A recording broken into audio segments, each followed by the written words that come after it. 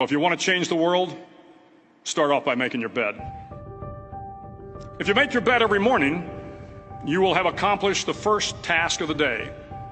It will give you a small sense of pride, and it will encourage you to do another task, and another, and another. And by the end of the day, that one task completed will have turned into many tasks completed. Making your bed will also reinforce the fact that the little things in life matter. If you can't do the little things right, you'll never be able to do the big things right. And if by chance you have a miserable day, you will come home to a bed that is made, that you made. And a made bed gives you encouragement that tomorrow will be better. To pass SEAL training, there are a series of long swims that must be completed. One is the night swim. Before the swim, the instructors joyfully brief the students on all the species of sharks that inhabit the waters off San Clemente. They assure you, however, that no student has ever been eaten by a shark, at least not that they can remember. But you are also taught that if a shark begins to circle your position, stand your ground. Do not swim away. Do not act afraid. And if the shark, hungry for a midnight snack, darts towards you, then summons up all your strength and punch him in the snout, and he will turn and swim away. There are a lot of sharks in the world. If you hope to complete the swim, you will have to deal with them. So if you want to change the world, don't back down from the sharks. Over a few weeks of difficult training, my SEAL class, which started with 150 men, was down to just 42. There were now 6 boat crews of 7 men each. I was in the boat with the tall guys, but the best boat crew we had was made up of the little guys, the Munchkin crew, we called them. No one was over 5'5". The Munchkin boat crew had 1 American Indian, 1 African American, 1 Polish American, 1 Greek American, 1 Italian American, and 2 tough kids from the Midwest.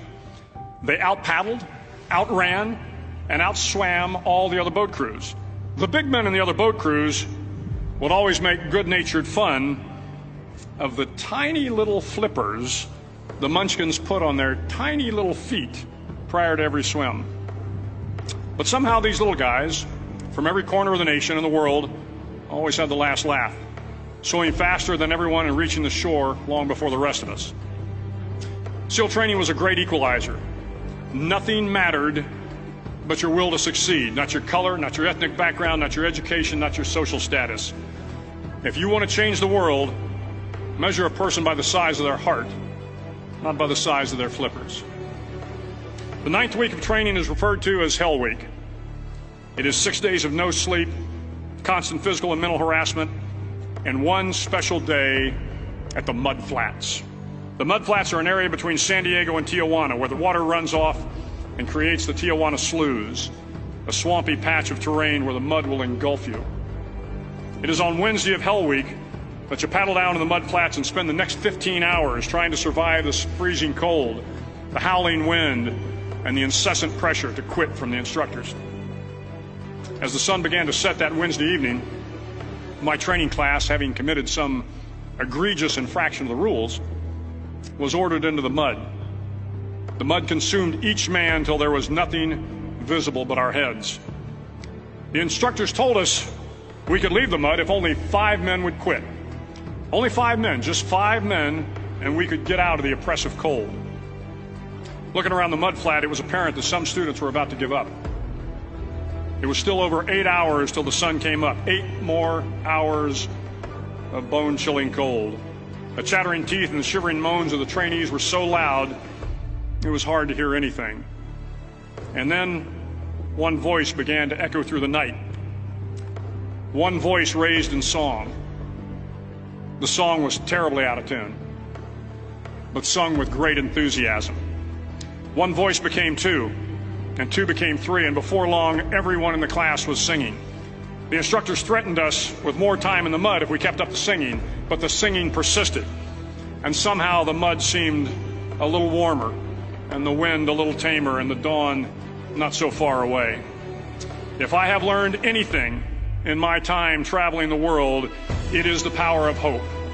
The power of one person, a Washington, a Lincoln, King, Mandela, and even a young girl from Pakistan, Malala. One person can change the world by giving people hope. So if you want to change the world, start each day with a task completed. Find someone to help you through life. Respect everyone. Know that life is not fair and that you will fail often. But if you take some risks, step up when the times are the toughest, face down the bullies, lift up the downtrodden, and never, ever give up. If you do these things, the next generation and the generations that follow will live in a world far better than the one we have today. And what started here will indeed have changed the world for the better.